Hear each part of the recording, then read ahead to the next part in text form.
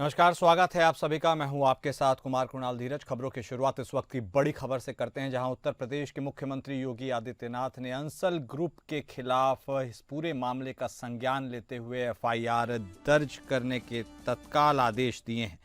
CM ने कहा है कि बायर्स के हित हर हाल में सुरक्षित होने चाहिए।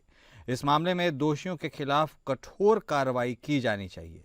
लखनऊ में आवास और शहरी नियोजन विभाग के कार्यों की समीक्षा बैठक के दौरान उन्होंने कहा है कि अंसल ग्रुप ने होम बायर्स के साथ धोखा किया है, जिसे सरकार किसी भी कीमत पर बर्दाश्त नहीं करेगी। बैठक के दौरान मुख्यमंत्री ने कंपनी के सभी जिम्मेदार अधिकारियों के खिलाफ एक्शन लेने के निर्देश दिए। मामले से प्रभावित लोगों के हितों की सुरक्षा सुनिश्चित करने के निर्देश देते हुए सीएम ने कहा कि लखनऊ जैसे मामले जिन भी जिलों में अंसल ग्रुप के खिलाफ सामने आ रहे हैं, उन सभी जिलों में एफआईआर दर्ज कराई जाए। उन्होंने एलडीए और पीड़ित बायर्स की एक समिति तैयार करने का भी आदेश दिया, जिससे कोर्ट में अंसल के खिलाफ मजबूती से सबूतों को पेश किया जा सके। इससे कोर्ट द्वारा अंसल ग्रुप के लोगों को सजा दिलाने में आसानी होगी। बैठक के दौरान अधिकारियों ने मुख्यमंत्री को बताया कि एनसीएलटी द्वारा लखनऊ विकास प्राधिकरण और आवास विभाग को बिना नोटिस दिए एक पक्षीय आदेश पारित किया गया था। इस पर मुख्यमंत्री योगी ने नाराजगी जाहिर करते हुए उक्त आदेश के खिलाफ प्राधिकरण द्वारा व्यापक जनहित में अपील सुनियोजित करने के निर्देश दिए। तो अंसल ग्रुप से जुड़ी यह खबर हम आपको दिखा रहे हैं, जहां मुख्यमंत्री योगी आदित्यनाथ ने इस पूरे मामले का संज्ञान लिया है और मुख्यमंत्री योगी के निर्देश पर अब अंसल ग्रुप के खिलाफ एफआईआर दर्ज होगी। इसके साथ ही अधिकारियों को जनहित में काम करने के निर्देश दिए गए हैं और सुनियोजित तरीके से यदि होम बायर्स के साथ किसी भी तरह का धोखा किया गया है तो उसे कतई बर्दाश्त नहीं किया जाएगा, ऐसा मुख्यमंत्री योगी आदित्यनाथ का स्पष्ट तौर पर कहना है। उन्होंने कहा है कि इस मामले में दोषियों के खिलाफ कठोर कार्रवाई की जानी चाहिए। लखनऊ में जब वह समीक्षा बैठक कर रहे थे आवास और शहरी नियोजन विभाग के कार्यों की, तब उन्होंने कहा कि अंसल ग्रुप ने होम बायर्स के साथ धोखा किया है और सरकार किसी भी कीमत पर इसे बर्दाश्त नहीं करेगी। इस बैठक के दौरान मुख्यमंत्री ने कंपनी के सभी जिम्मेदार अधिकारियों के खिलाफ एक्शन लेने के निर्देश भी दिए हैं। और इसी खबर पर हमारे साथ हमारे विशेष संवाददाता आनंद सिंह जुड़ गए हैं, उनसे बातचीत करेंगे। आनंद, बिल्कुल एक्शन मोड में और स्ट्रिक्टली एक्शन लेने के लिए भी अधिकारियों को निर्देश दे रहे हैं मुख्यमंत्री योगी आदित्यनाथ। अंसल ग्रुप को लेकर के ये जो ऊहापोह की स्थिति है, इस पूरे मामले के बारे में भी बताइए और अभी तक इसमें क्या कुछ आगे प्रोसेस हुआ है उसके बारे में भी। बिल्कुल, देखिए कुणाल, सोमवार को देर शाम मुख्यमंत्री जब आवास विकास शहरी नियोजन विभाग की बैठक कर रहे थे, तब उस समय ये मामला आया सामने। मुख्यमंत्री ने साफ तौर पर कहा है कि अंसल ग्रुप ने जो भी ग्राहकों के साथ धोखा किया है, पैसे लेके घर नहीं दिए हैं या अभी तक भूखंड ही उनके पास नहीं है, तमाम ऐसे मामले हैं। मुख्यमंत्री ने साफ तौर पर यह कहा है कि जहां जहां पर भी अंसल ग्रुप के खिलाफ पूरे प्रदेश में शिकायतें आती हैं, वहां उनके खिलाफ केस दर्ज किया जाए, एफआईआर दर्ज की जाए और कड़े से कड़े कदम उठाए जाए। किसी तरह की कोई छूट किसी को नहीं मिलेगी। मुख्यमंत्री ने साफ तौर पर इस बात को कहा है, अधिकारियों को उन्होंने निर्देशित किया है। एलडीए यानी लखनऊ डेवलपमेंट अथॉरिटी और जो बायर्स हैं, जो पीड़ित ग्राहक कह सकते हैं, उनकी एक समिति बनाने की बात कही है। जो अपने पक्ष को रखेगा, अपनी बात को आगे रखेगा, उसी के हिसाब से कार्रवाई की जाएगी। कोर्ट तक घसीटा जाएगा अंसल ग्रुप को, ये मुख्यमंत्री ने साफ तौर पर कहा है। जब उन्होंने निर्देश दिए हैं कि एफआईआर दर्ज की जाए, साफ तौर पर मुख्यमंत्री ने कहा है कि जो बायर्स हैं यानी जो होम बायर्स हैं, उनके हित हर हाल में सुरक्षित होने चाहिए और जो दोषी हैं उनके खिलाफ कड़ी से कड़ी कार्रवाई होगी, इसमें कोई शक और शुबा नहीं। आनंद, आमतौर पर बायर्स को काफी मुसीबतों का सामना करना पड़ता है, क्योंकि पोजीशन में डिले हो जाता है, फिर जो भी बिल्डर्स है वह मनमानी करते हैं। तो क्या इससे एक स्ट्रिक्ट मैसेज अक्रॉस बिल्डर्स जाएगा कि भाई जो बायर्स हैं उनके साथ हितों के साथ खिलवाड़ करेगा वो बख्शे नहीं जाएंगे?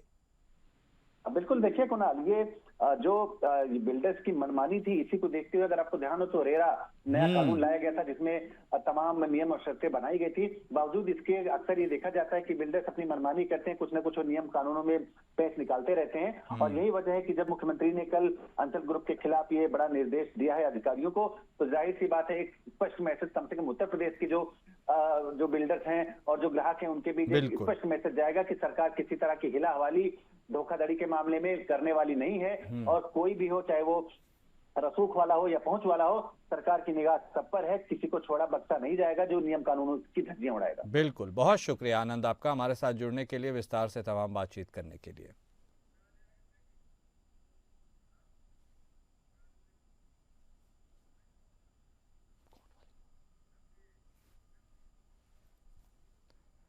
और इस बीच एक बड़ी खबर महाराष्ट्र से आ रही है, जहां महाराष्ट्र में विपक्षी गठबंधन यानी महाविकास अघाड़ी में नेता प्रतिपक्ष के पद की लड़ाई तेज हो गई है। उद्धव ठाकरे गुट ने अपना दावा पेश करने के लिए कोई कोर कसर छोड़ने को राजी नहीं हो रहा है। तो यह बड़ी खबर हम आपको बता रहे हैं महाराष्ट्र की सियासत से जुड़ी हुई, जहां एमवीए में नेता प्रतिपक्ष की लड़ाई तेज हो गई है और उद्धव ठाकरे गुट अपना दावा पेश करने के लिए कमर कस रहा है। ठाकरे गुट द्वारा विपक्ष के नेता की नियुक्ति से जुड़े नियमों को लेकर पूछे गए सवाल पर 9 दिसंबर 2024 को राज्य विधानमंडल से मिले एक पत्र के आधार पर गुट अपनी अगली रणनीति बनाने में जुट गया है।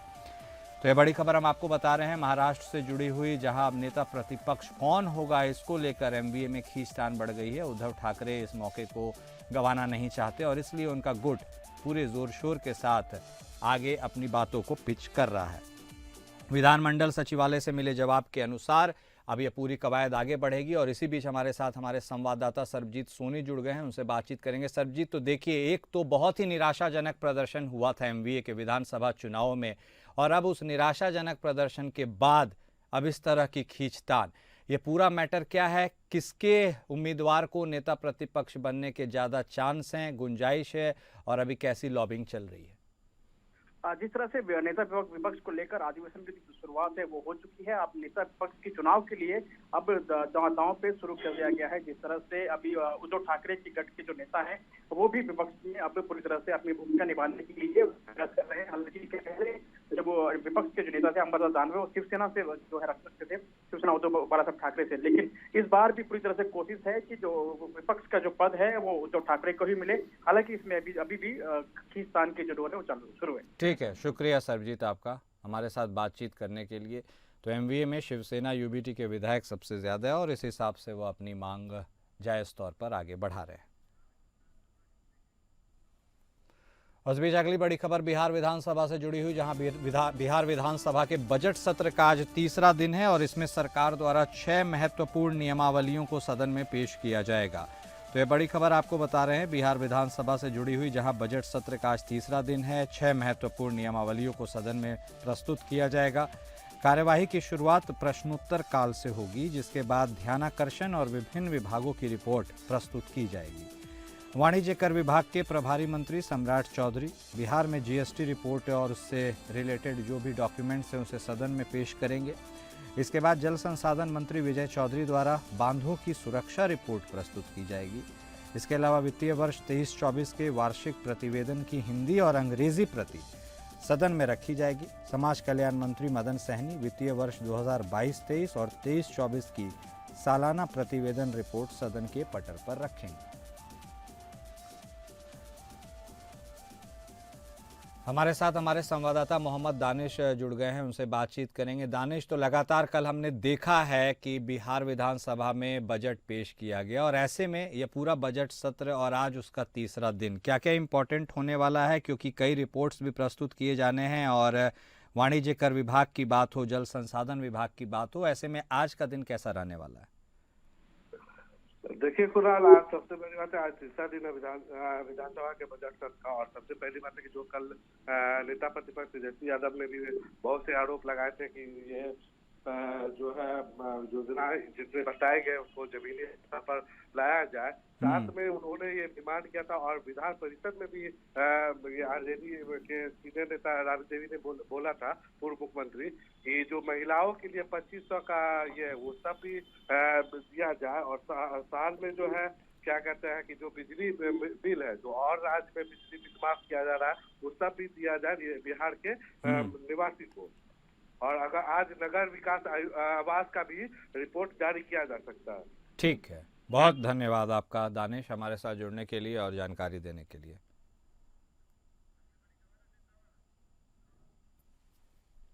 और इस बीच अगली बड़ी खबर गंभीर अपराध के मामलों से जुड़ी हुई, जहां दोषी दिए गए लोगों को चुनाव लड़ने के लिए आजीवन प्रतिबंधित करने की मांग वाली याचिका पर सुप्रीम कोर्ट आज सुनवाई करेगा। तो ये बड़ी खबर आपको बता रहे हैं, गंभीर अपराध के मामले में जो भी लिप्त हैं या दोषी हैं, चुनाव लड़ने के लिए आजीवन प्रतिबंधित करने की उनके लिए मांग की गई है। ऐसी याचिका डाली गई है और सुप्रीम कोर्ट आज इस पर सुनवाई करेगा। इस मामले में केंद्र सरकार ने अपने जवाब में कहा है कि 6 साल के लिए अयोग्य घोषित करने का मौजूदा प्रावधान पर्याप्त है। आजीवन प्रतिबंध जरूरत से ज़्यादा कड़ी सज़ा होगी। साथ ही केंद्र सरकार ने कहा कि यह मामला पूरी तरह संसद के अधिकार के दायरे में आता है और कोर्ट को आजीवन प्रतिबंध की मांग को अस्वीकार कर देना चाहिए। तो ये खबर हम आपको बता रहे हैं नेताओं से जुड़ी हुई, और जो भी नेता चुनाव लड़ते हैं और यदि वह दोषी पाए गए हैं तो यह याचिका में मांग की गई है कि भाई आजीवन प्रतिबंध लगा दिया जाए उनके चुनाव लड़ने की स्थिति पर। हालांकि इसी मामले पर जो याचिका दाखिल हुई है उस पर सुप्रीम कोर्ट आज सुनवाई करेगा, लेकिन केंद्र सरकार ने इस मामले में अपने जवाब में कहा है कि 6 साल के लिए अयोग्य घोषित कर दिया जाता है और ऐसे में इतनी सज़ा काफ़ी है, इससे ज़्यादा कुछ भी ज़्यादा होगा। हमारे साथ हमारे संवाददाता विवेक सिंह चंदेल जुड़ गए हैं, उनसे बातचीत करेंगे। विवेक, तो देखिए जनप्रतिनिधियों से जुड़ा यह मामला और सुप्रीम कोर्ट के गलियारे में इसकी गूंज सुनाई देगी। ऐसे में यह मामला इसलिए भी दिलचस्प होता है कि लोग कहते हैं कि भाई जो पॉलिटिक्स है उसमें क्लीन छवि के लोग आएँ, ऐसे में जो दोषी दे दिए गए हैं वो बाहर हो जाए, लेकिन 6 साल की सज़ा का प्रावधान है। ऐसे में आज क्या कुछ बहुत हटकर निकल कर सामने आ सकता है, या फिर जो केंद्र के जवाब से सुप्रीम कोर्ट संभवतः संतुष्ट हो सकता है? दरअसल अगर बात करें तो ये पिटीशन 2016 की है। हालांकि जो केंद्र सरकार का जवाब है वो जवाब ये कहता है कि क्योंकि जो जनप्रतिनिधित्व कानून है उसके तहत 8 और 9 जिसको चुनौती दी गई है, जिसमें 6 साल और 5 साल दोषी होने के बाद, सजा काटने के बाद 5 साल चुनाव लड़ने पर रोक है। तो जो ये याचिका है, याचिका में कहा गया कि एक बार अगर कोई राजनीतिक दल जो है दोषी हो, माफ कीजिएगा, जो कोई व्यक्ति दोषी करा दिया जाता है और उसको 5 साल या 6 साल के लिए निष्कासित कर दिया जाता है, माफ कीजिएगा निष्कासित नहीं, उसे चुनाव लड़ने पर रोक लगा दी जाती है, उसके बाद वो चुनाव लड़ता है। तो ऐसे में क्योंकि अगर कोई एक सीधा सा एक सवाल ये होता है कि अगर कोई जो लोक सेवक होता है वो किसी मामले में लिप्त पाया जाता है और दोषी हो जाता है तो उसको टर्मिनेट कर दिया जाता है। तो राजनीतिज्ञों के साथ, राजनीतिक पार्टी और राजनीतिक दल के लोगों के साथ ऐसा क्यों नहीं होना चाहिए? हालांकि जो केंद्र सरकार का वो बार जैसा कि स्पष्ट कर दिया है कि जो संसद ने कानून बना रखा है जनप्रतिनिधित्व कानून के तहत 8 और 9 में 6 साल और 5 साल का जो सजा काटने के बाद चुनाव लड़ने पर रोक है वो सफिशिएंट है। हालांकि सरकार ने ये भी कह दिया है कि इस मामले में अगर कानून बनाने का अधिकार है तो वो संसद को है, इसमें जो कानून का हस्तक्षेप वो बहुत कम है। तो सुप्रीम कोर्ट के सामने सवाल ये है क्योंकि कानून बनाना संसद का काम है और उसमें अगर कोई परिवर्तन की जरूरत होती है तो जरूरी है कि वो संसद के सामने रखा जाए और केंद्र सरकार का रुख साफ है। लेकिन अब कोर्ट को ये तय करना पड़ेगा कि कानून जो बनाया गया है उस कानून में जो प्रावधान सोचे गए थे कि 5 साल और 6 साल, क्योंकि 8 जो जनप्रतिनिधित्व कानून 8 है जिसके तहत दोषी हो जाने के बाद सजा काटने की 6 साल तक का चुनाव लड़ने का प्रावधान कि वो 6 साल तक चुनाव नहीं लड़ पाएंगे, जबकि जो सेक्शन 9 है वो ये कहता है कि वो अगर उनकी धर्मनिष्ठा नहीं रहती है अपने काम के प्रति तो निष्ठावान न होने की वजह से उनको अगर दोषी पाया जाता है उसमें वो 5 साल तक चुनाव नहीं लड़ सकते हैं। तो जो कानून बना है, कानून के हिसाब से जो नियम बनाए गए वो सही है, इसी को चुनौती दी गई है। अब सुप्रीम कोर्ट के सामने सवाल ये है कि क्या इसमें हस्तक्षेप किया जा सकता है या नहीं, या अगर किया भी जाएगा तो किन धाराओं में, अगर किन धारा, माफ कीजिएगा धारा नहीं, किन स्थितियों को देखते हुए, क्योंकि क्या आजीवन प्रतिबंध लगाया जाना उचित है या नहीं है। यहाँ कोर्ट के सामने एक सवाल जरूर आता है कि जब भी कोई लोक सेवक इसी मामले में दोषी हो जाता है तो उसको टर्मिनेट कर दिया जाता है, तो क्या जो राजनीति से जुड़े हुए लोग हैं उनकी छवि जो है उसको सुधार करने के लिए जरूरी है, क्योंकि इलेक्शन कमीशन ने कई बार कह चुका है इस मामले में कि हमारे पास वो शक्तियां नहीं है कि अगर कोई दोषी अदागी है, अगर हम देख रहे हैं कि उसके कोई खिलाफ मामले चल रहे हैं तो उस पर रोक लगा सके। तो हमारे यहाँ जो कानून है उन कानूनों की जो जितने भी कानून है उन कानून को देखते हुए इस पर सुप्रीम कोर्ट को निर्णय करना होगा। अब देखिए क्या ही निर्णय होगा। बहुत शुक्रिया हमारे साथ जुड़ने के लिए और बहुत विस्तार से हमारे साथ बातचीत करने के लिए भी। और इस बीच अगली बड़ी खबर आ रही है दीनदयाल उपाध्याय स्टेशन से, जहां नंदन कानन एक्सप्रेस कपलिंग टूटने की वजह से 2 हिस्सों में बट गई और दुर्घटना का शिकार हुई है। तो यह बड़ी खबर चंदौली से हम आपको बता रहे हैं।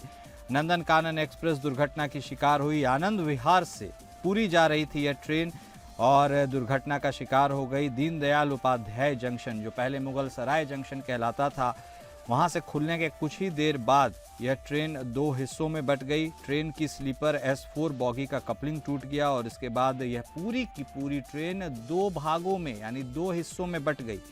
घटना से यात्रियों में अफरा तफरी मच गई क्योंकि ट्रेन का एक हिस्सा रुक गया और ऐसे में यात्री सहम गए। पहले से ही 3 घंटे से अधिक देर से यह ट्रेन चल रही थी और उसके बाद DDU जंक्शन के प्लेटफॉर्म संख्या 1 से सोमवार की रात लगभग 9:30 बजे यह ट्रेन खुली थी। लगभग दीनदयाल उपाध्याय स्टेशन से 6 किलोमीटर आगे जाने के बाद यार्ड में 2 टुकड़ों में यह ट्रेन बट गई, 2 भाग में बट गई और ऐसे में अलग हुए दोनों हिस्सों को DDU जंक्शन के प्लेटफॉर्म संख्या 7 और 8 पर लाया गया। कपलिंग टूट गए थे। S4 बॉगी को ट्रेन से अलग किया गया। बॉगी में सवार यात्रियों को दूसरे बॉगी में शिफ्ट किया गया। टुकड़ों को जोड़ा गया और रात 1 बजे ट्रेन को आगे रवाना किया गया। इससे लोगों में काफ़ी परेशानी हुई। हमारे साथ हमारे संवाददाता OP श्रीवास्तव जुड़ गए हैं, उनसे बातचीत करेंगे, हालचाल लेंगे। OP, अब जिस तरह से ये घटना सामने आई है, रेलवे विभाग पर कई सवालिया निशान खड़े हो गए हैं। आमतौर पर विगत कई वर्षों में हम देख रहे हैं कि रेल दुर्घटनाएं और उनसे जुड़ी ये जो घटनाएं हैं वो संख्या काफ़ी बढ़ गई। ऐसे में यह घटना कैसे हुई, कितना गंभीर यह मामला है और क्या कुछ स्थिति है, पूरा अपडेट दीजिए। जी, आपको बता दें कि चंदौली में बड़ा रेल हादसा होने से बचा है। दिल्ली से उड़ीसा जा रही नंदन कानन एक्सप्रेस अचानक 2 हिस्सों में बट गई। DDU जंक्शन पे यह ट्रेन 9:30 पे पहुंची थी और वहां से 6 किलोमीटर की दूरी पर पहुंची थी कि यह हादसा सामने आया है। जबकि DDU जंक्शन पे ये ट्रेन करीब 3 घंटे लेट से भी पहुंची थी और वहां कोई चेकिंग न होना एक बड़ा सवालिया निशान है। और 6 किलोमीटर मात्र जाने के बाद यह हादसा सामने 4 की कपलिंग टूटने के बाद ट्रेन 2 हिस्सों में बटी है। ठीक है, अभी मौजूदा स्थिति क्या है कि अब ट्रेन को फिर से रवाना कर दिया गया, यात्रियों को जो परेशानी हुई उसके बाद? ये कपलिंग टूटने के बाद ट्रेन जब 2 हिस्सों में बटी है तो उसके बाद सूचना पर DDU जंक्शन की टीम दोनों हिस्सों की मरम्मत के लिए काफी घंटे परिश्रम करने के बाद जोड़ा गया है और उसके बाद रात्रि 1 बजे ट्रेन को रवाना किया गया है। फिलहाल ये भी आपको बता दें कि ये बड़ी चूक, यात्रियों ने खुद बताया है कि यह बड़ी चूक है और यह भी है कि इससे पूर्व अभी विगत दिनों फतेहपुर और बिहार में ट्रेन के बड़े हादसे सामने आए हैं। इन घटनाओं ने काफी बड़ा रेल महकमे पे सवालिया निशान डाला है। ठीक है, फिलहाल इन घटनाओं में कोई जनहानि नहीं हुई है, सबसे बड़ी सहूलियत यही है। ठीक है, बहुत धन्यवाद OP श्रीवास्तव आपका हमारे साथ जुड़ने के लिए और तमाम जानकारी देने के लिए।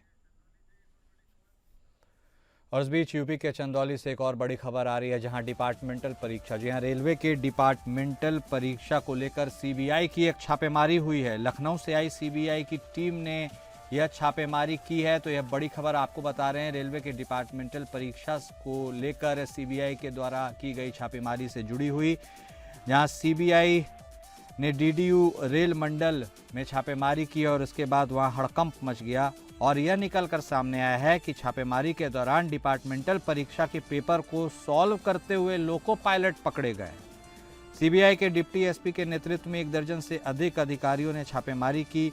उसके बाद पेपर को CBI ने बरामद किया। लोको पायलट के प्रमोशन को लेकर यह डिपार्टमेंटल परीक्षा हो रही थी और मुगलसराय कोतवाली क्षेत्र के भागीरथी कॉलोनी और काली महाल इलाके में यह छापेमारी की गई। 26 लोग कुल पकड़े गए हैं, इनमें कई लोको पायलट भी शामिल हैं। अब CBI की टीम इनसे पूछताछ कर रही है, लेकिन CBI ने मीडिया से दूरी को बनाए रखा और DDU रेल मंडल कार्यालय से हिरासत में लिए गए लोगों को अब CBI अपने साथ बैठाकर पूछताछ कर रही है। हमारे साथ हमारे संवाददाता OP श्रीवास्तव जुड़े हुए हैं, उनसे बातचीत करेंगे। श्रीवास्तव साहब, देखिए, अब एक तरफ हम बात कर रहे थे ट्रेन रेल हादसा की और दूसरी तरफ बात कर रहे हैं उसमें एक और डिपार्टमेंटल परीक्षा में एक कदाचार की। ये हो क्या रहा है पूरे रेलवे विभाग के साथ, जहां अब यह नई स्थिति प्रकट हो गई है कि लोग अब प्रमोशन पाने के लिए डिपार्टमेंटल परीक्षा में ही दूसरे से पेपर सॉल्व करवा रहे हैं। क्या है पूरा माजरा और क्या कुछ है लेटेस्ट अपडेट? संपर्क टूट गया हमारे संवाददाता के साथ, लेकिन यह खबर लगातार हम आपको बता रहे हैं कि रेलवे के डिपार्टमेंटल परीक्षा को लेकर CBI की छापेमारी हुई और लोको पायलट्स को ही पकड़ा गया है पेपर सॉल्व करने को लेकर। और अब बात करेंगे क्रिकेट जगत से जुड़े हुए, जहां भारत और ऑस्ट्रेलिया के बीच आज सुपर मुकाबला होने वाला है और सेमीफाइनल में आज भारत और ऑस्ट्रेलिया की टीमें एक दूसरे से भिड़ेंगी। चैंपियंस ट्रॉफी में अब तक अजेय चल रही भारतीय टीम के सामने आज सबसे बड़ी चुनौती है। भारत का सामना ऑस्ट्रेलिया से होगा, जिसके खिलाफ आईसीसी टूर्नामेंट में उसका रिकॉर्ड कुछ खास अच्छा नहीं है। इसी कंगारू टीम ने 2023 के वनडे विश्व कप के फाइनल में भारत का विश्व विजेता बनने का सपना तोड़ा था और एक बार फिर रोहित शर्मा की सेना का सामना ऑस्ट्रेलिया से होगा। भारत ग्रुप ए में अपने तीनों मैच जीतने में सफल रहा है। भारतीय टीम ने सबसे पहले बांग्लादेश को हराया और फिर अपने चिर प्रतिद्वंदी पाकिस्तान को मात देकर सेमीफाइनल में जगह पक्की की। इसके बाद रविवार को आखिरी ग्रुप मुकाबले में न्यूजीलैंड पर जीतकर ग्रुप टेबल पर शीर्ष पर रहकर उसने अपने सेमीफाइनल की जगह को पक्का किया। भारत ने तीनों ही मुकाबले में बल्लेबाजी और गेंदबाजी में अपना दम दिखाया और अब उसके खिताब के पहुंचने के बीच महज 2 जीत का फासला रह गया है। और आज यह बेहद अहम मुकाबला, सेमीफाइनल का मुकाबला भारत और ऑस्ट्रेलिया के बीच, तमाम दर्शकों की निगाहें इस मैच के ऊपर टिकी रहेंगी। और फिलहाल इस बुलेटिन में अभी के लिए बस इतना ही। नमस्कार।